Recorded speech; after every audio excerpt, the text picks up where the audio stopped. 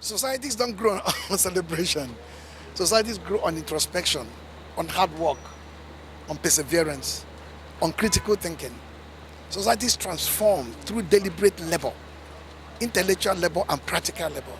And my life is an intersection of both intellectual labor and practical labor. As a university lecturer and an author and a researcher and a scholar, I've written so many books. As a practical person, I've intervened and continue to intervene in Nigerian political and democratic processes, from the human rights and through the British agitation of the 90s to the contemporary period in which we're deepening democracy in the country as much as we can, in which you call to account those who hold the reins of office, both at the national and the subnational levels. And we call to account the system itself we inherited, from the ancients. This presidential system that started rearing its head from the 70s, in the 70s to now, is it the best constitutional model for Nigeria?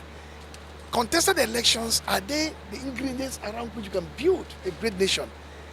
The keynote speaker, Dr. Kayode, spoke about collaborative democracy or cooperative democracy.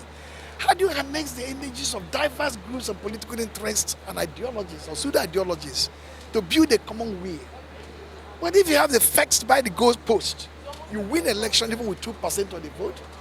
Like the current system, government, APC government in power, if the election is even free and fair, one with only 37%. That is not representative of the people of this country. That is not a majoritarian rule. How do you include the remaining 63% into governance? Is that kind of democracy that will work?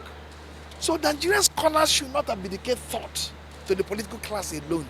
Scholars should lead the way in thinking. That's what I'm leading the way in thinking. So on this day in which I should be having champagne parties and buffets with friends, I've elected to unveil 21 books and then to let Nigeria ruminate about our contemporary condition and how to make this country great in future.